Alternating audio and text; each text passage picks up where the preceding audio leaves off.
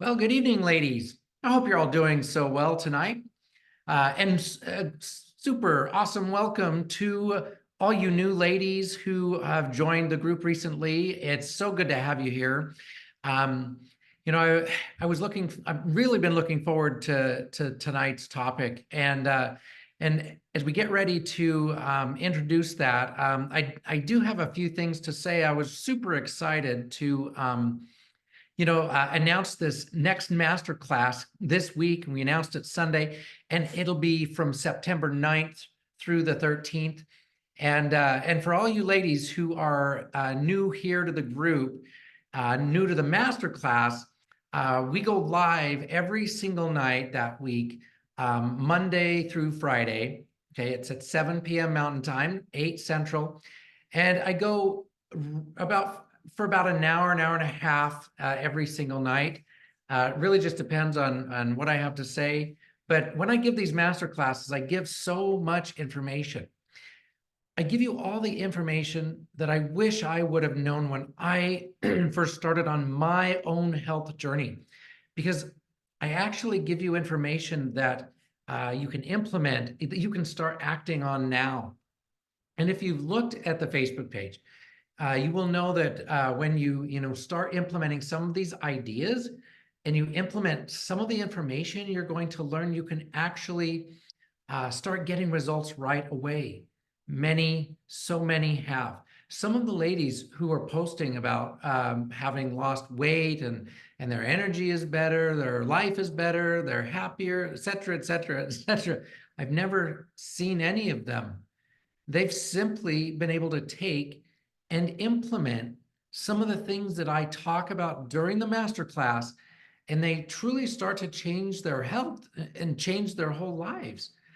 So I really encourage you to make sure that you set aside the time, okay? You schedule yourself some personal, me time, right? Make yourself your number one priority that second week in September. All right. And make sure you sit down and watch it undisturbed. I know it's really important as much as possible as well to attend live and be as undisturbed as you can, so that you can think through things, so you can, take good notes and get all that you can out of it. Okay. And all right, if you haven't yet registered for the class, make sure that you click on the link. I think my staff can share that link with you below. They should make it really easy to register, and just make sure you click on the link so that you get reminders and text messages about when we're about to start, so you don't forget. If you're like me, and get sidetracked by doing 100 things at once, and you'll be, well, crap, I registered for this class and I didn't attend it. But this way, you will get texts to remind you and like, hey, we're starting in 5 minutes. So anyway, so you can make sure you get to your comfy space so that you can get ready to learn and figure out this low thyroid mess you're in. So clear your schedules, make some time for September 9th through the 13th. And if you've attended 1 or 2 or 4, make sure that you attend again. I always talk about new things. I promise you, you'll always learn more, right?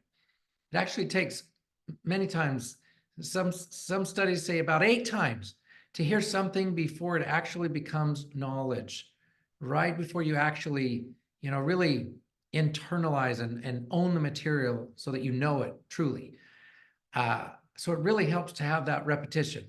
It allows it to sink in. And once you know something, you can hear someone else, that I say that something else that I say that you didn't pick up previously. Okay. All right. So I encourage you to attend the master class, whether you're new to this group or, this is your first time, or whether you've seen it every single time that I've done it. I always give new and different content, new information based on where we are in these different times where we live in and what's going on currently. All right. So before I go any further, I think what I need to do is say my disclaimer, as I usually do. And anything that I say tonight during this Wellness Wednesday is just health information and not health advice. Don't start taking or stop taking or change the way you're taking any of your medication.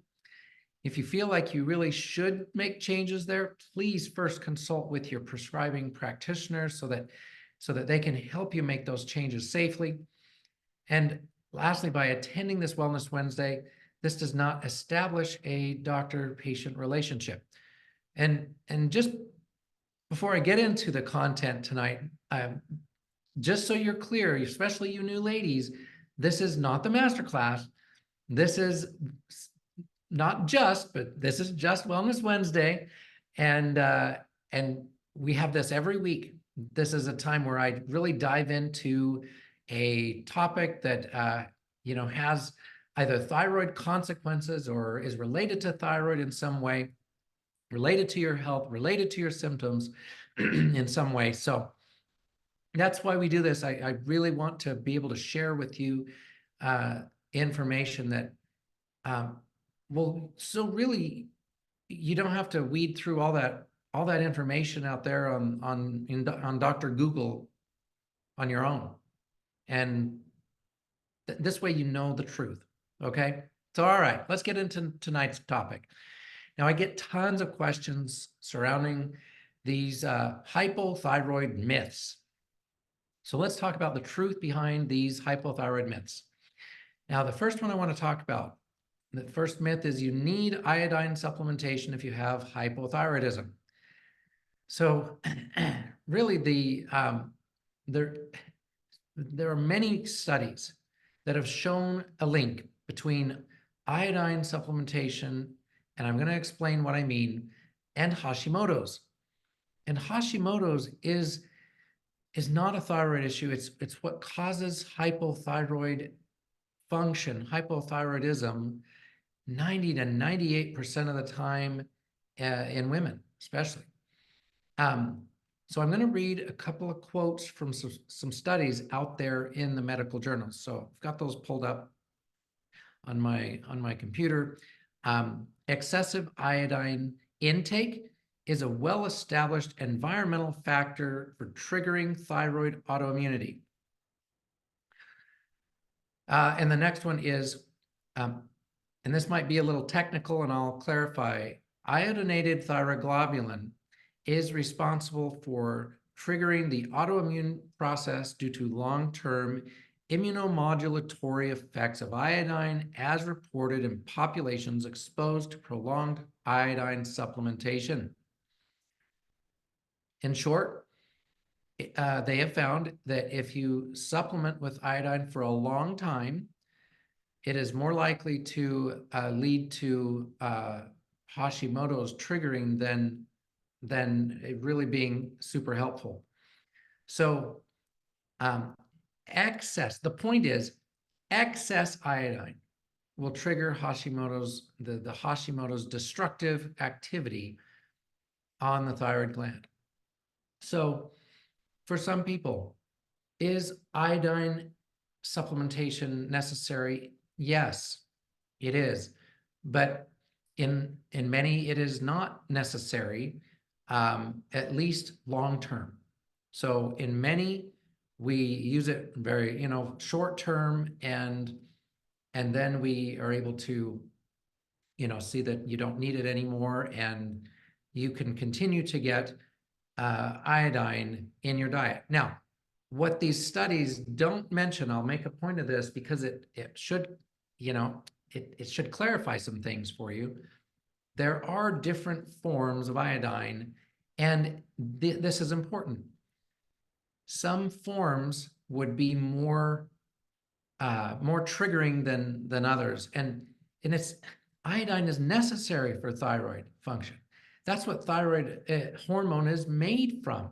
It's made from iodine, and so there has to be some, and there is a daily iodine requirement, which is 150 micrograms.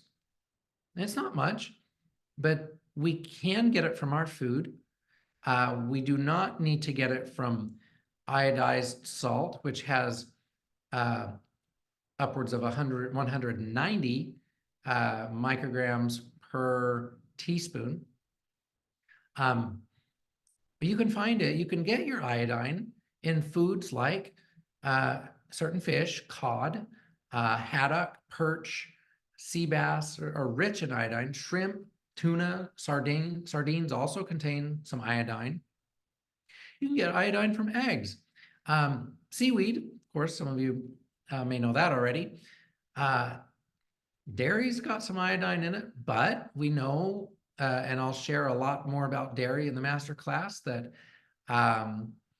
that's not going to be helpful for us if we're trying to lose weight and fix our autoimmune thyroid issues. So I guess the main point here for this myth is balance is extremely important, and supplementation is not necessary in everybody. It very much should be an individualized approach to supplementing with iodine, and making sure too that it's in the right forms is so important. Okay. The next myth I want to cover.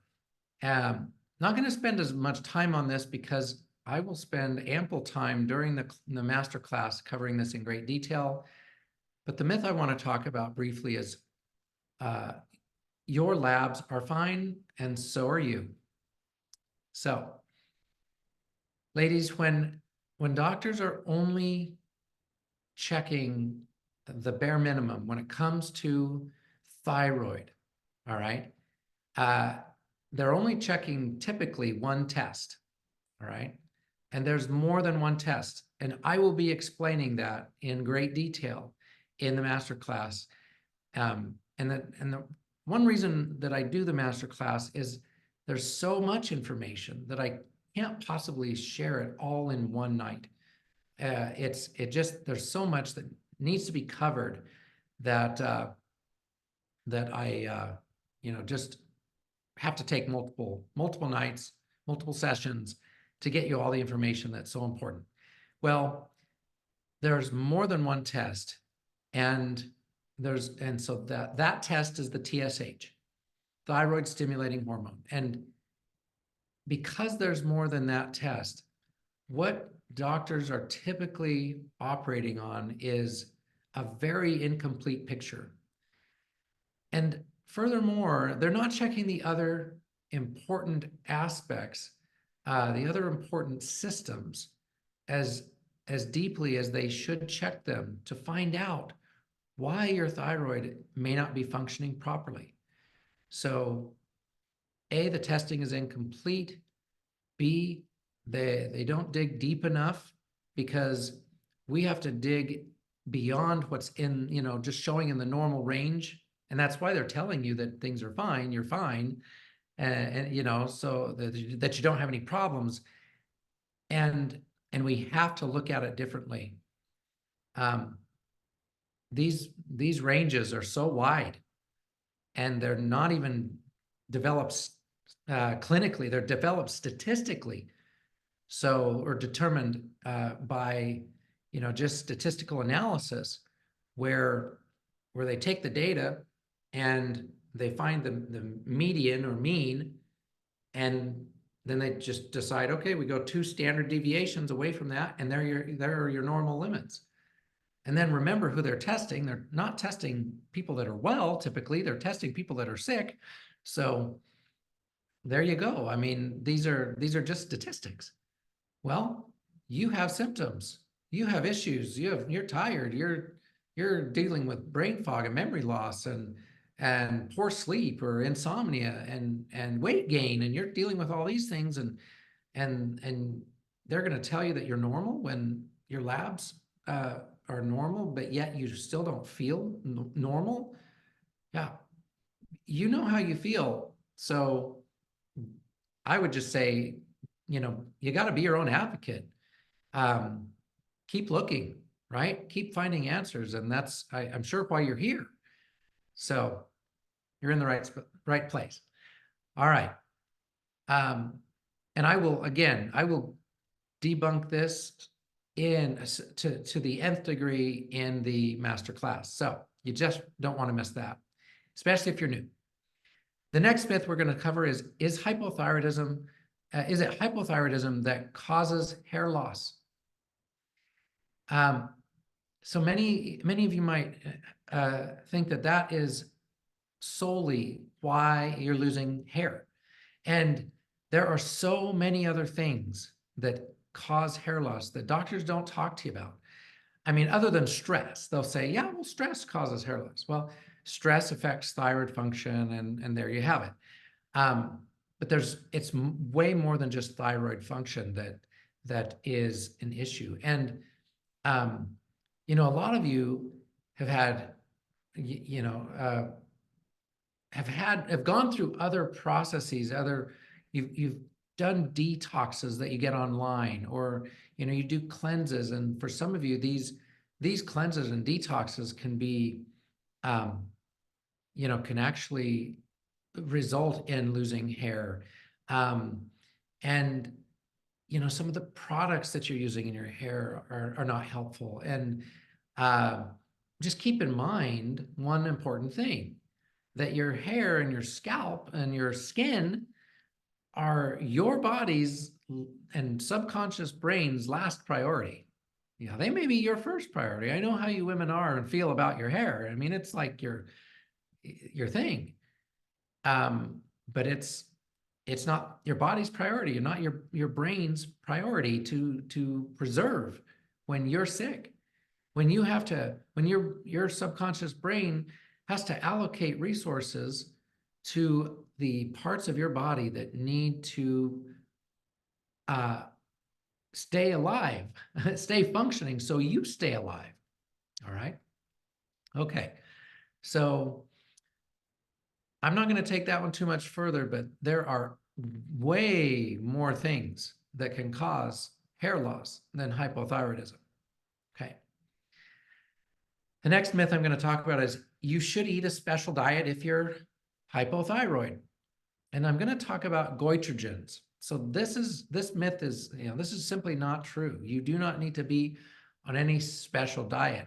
And goitrogens, or compounds that can interfere with thyroid's hormone production, that may also cause the gland to enlarge. Okay, that's what goiter is an enlarged thyroid.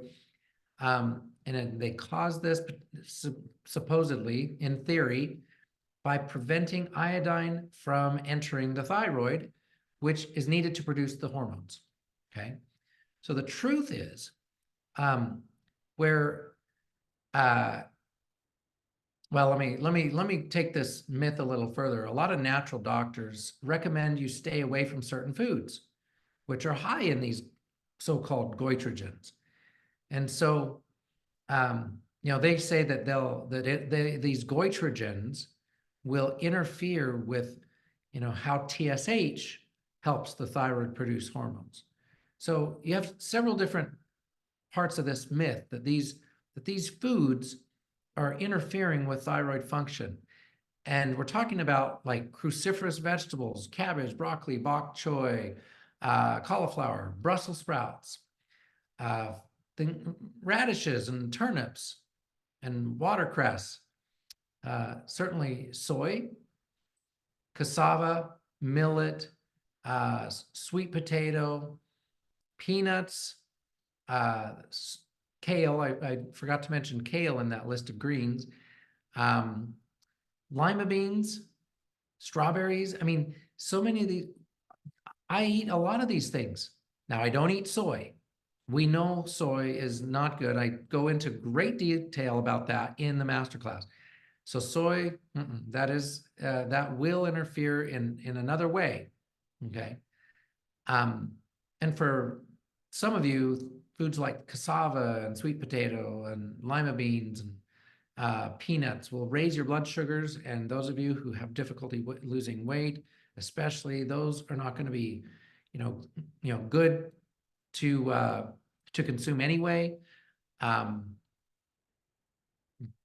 But supposedly these foods interfere with thyroid function. I mean, I eat a lot of vegetables. I eat all those greens, the the kale and the broccoli and cauliflower, right? I mean, I eat all of those. And um, what the truth is instead of these foods competing for iodine uptake, okay, in causing hypothyroidism, they don't actually interfere in this way, okay? They simply don't interact this way. I have my patients eat those things that I eat. I don't have my patients eat peanuts or, potatoes much, of course, or soy, but these other foods, yeah, and in moderation, the root vegetables can be really good for providing other nutrients. So they don't, the benefits of these foods far outweigh the supposed, goitrogenic activity that they have. And so one thing about these foods is they actually help to increase glutathione levels. And glutathione is your body's principal antioxidant to help reduce what we call oxidative stress. And it helps to do that in the thyroid too.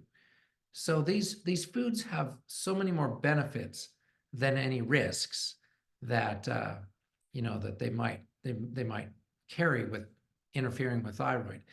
If you're still worried and still not convinced, something that I would add is cooking, these cruciferous vegetables especially, definitely would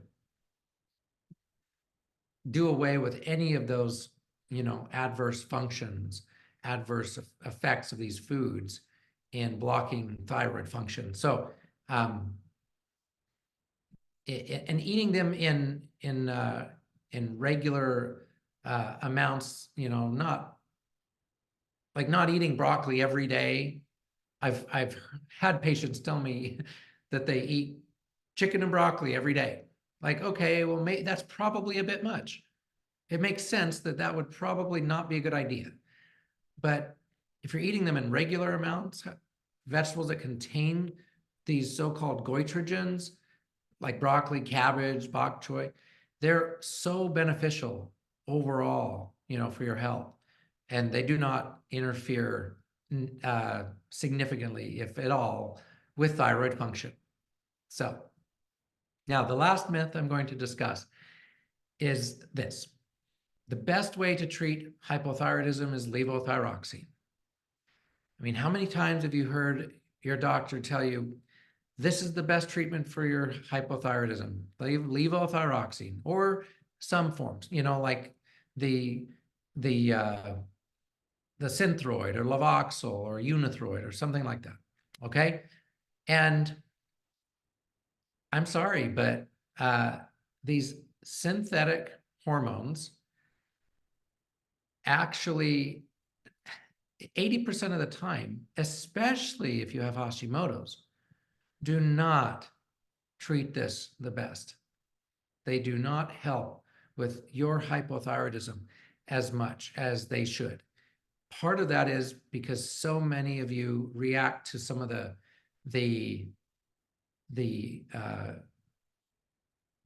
glues and the binders that they're made with, and they're different enough that your body just doesn't respond well to them.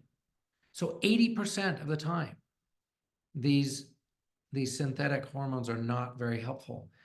So we could talk about other thyroid hormone replacements, right? You've heard of Armour, you've heard of Nature-Throid. Some of you probably have taken these things. We have other alternatives to these synthetic hormones for thyroid replacement. And so again, I will dive into this more deeply in the masterclass, and you'll have a better understanding of these, the truth about these hypothyroid myths. I think what I'll do is get into some questions that you might have. I'll take a couple of questions and finish up tonight with those.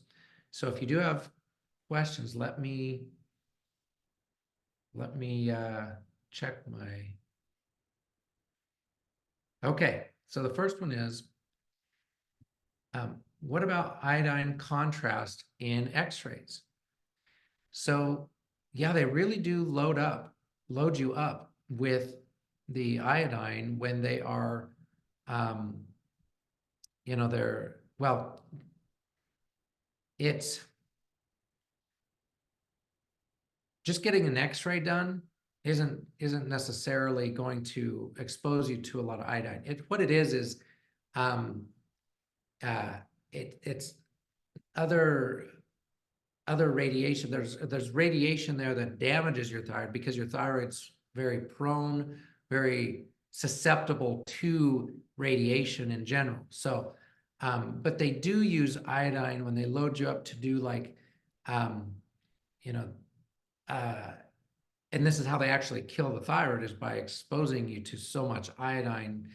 And so if you want to just think about it, too much iodine is going to cause a destructive effect on your thyroid no matter what. But it's, as far as x-rays go, that's not really the biggest worry that you would have with the it's not iodine that's the problem. It's the type of radiation that it is. Okay, and then what about salt? Salt, so I spoke a little bit about that. 1 teaspoon of salt has, it's around 190, 196 micrograms of iodine. And the form of the iodine, as it's in the salt, with the salt, that form isn't very kind to the thyroid. And a study out of China showed this to be true when they gave, they found that there was, very little iodine in this, as they were doing this study in China with these study subjects. They gave them iodized salt, and sure enough, they started seeing a high incidence of Hashimoto's where it was not seen before. So you can get too much iodine and the wrong form of iodine with iodized salt. That's why we always have you take sea salt if you're gonna, if you need to use salt, and a lot of you do. A lot of you need salt. So pink salt, Celtic sea salt, that's the kind of salt you want to use. Is it true that Hashimoto's is hereditary? There is no specific gene for Hashimoto's, right? It can be hereditary in other ways. And I show you the test during the master class that I get to find out, about certain aspects of your genetics, and some of those genes in that that you can have after getting that test done, or that we find out that you have after you get that test done, do put you at greater risk for Hashimoto's. But there is, like I said, there's not a specific gene for for inheriting Hashimoto's. And what kind of tests can you have your doctor test your blood to detect if you have Hashimoto's? Well, there are 2 antibodies that must be checked to see if you have Hashimoto's. And those would be the thyroglobulin antibodies and the thyroid peroxidase antibodies. And I, again, also talk about those in the master class. But those are the 2 that must be checked. Is there a relationship between a lot of skin tags suddenly growing and vitamins you might be taking? I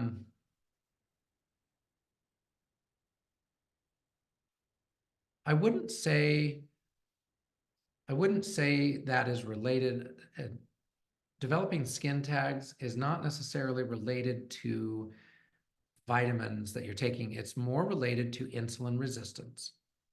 Okay. So that is usually what why skin tags form. The next question, is fasting okay? For some, it is, and for many with thyroid conditions, it is not. And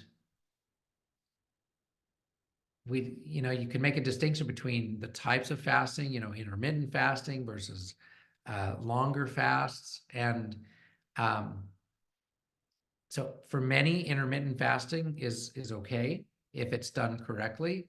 And if you don't go super long without eating, because the way our bodies work with when we have hypothyroidism, there's already a decrease in that metabolic function that you don't want to you don't want to skimp on nutrients. Your body needs these nutrients. So it's a very individualized